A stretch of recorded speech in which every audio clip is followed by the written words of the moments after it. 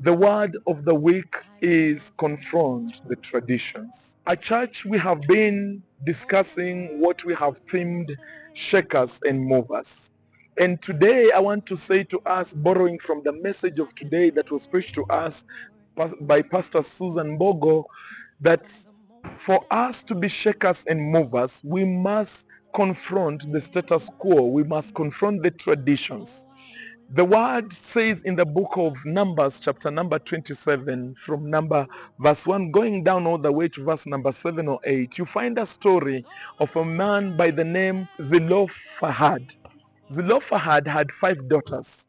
Zelophehad died in the wilderness, and his 5 daughters traditionally were not supposed to inherit anything, because traditionally girls were not to inherit, it was for boys to inherit.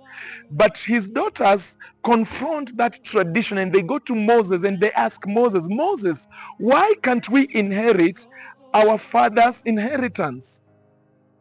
And they tell Moses that you, Moses, give us our father's inheritance just as you give his brothers. And when they say this to Moses, Moses goes and consults God. And God tells Moses, it is right that which they say.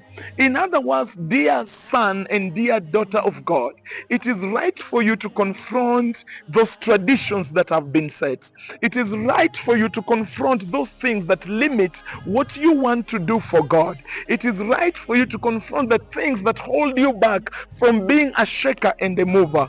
I'm reminded of the story of a girl by the name Esther.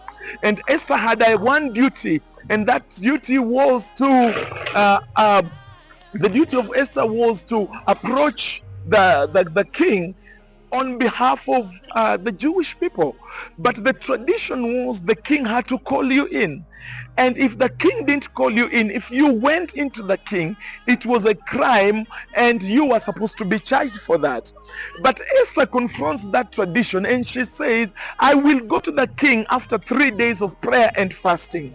And if I perish, I perish. Dear friends, a time has to come when we confront traditions and say, I must do that which the Lord has called me to do. If I perish, I perish. I must do that which wants me to do. If I perish, I perish. I must be a shaker and a mover. If I perish, I perish. It does not matter what the law says about it, but the voice of God has called me into doing this. I must do it for the Lord, no matter what happens, no matter what the traditions, no matter the hindrance.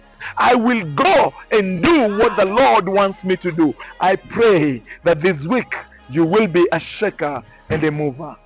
Again, my name is Elly from House of Transformation, Karen. God bless you. See you. Bye-bye.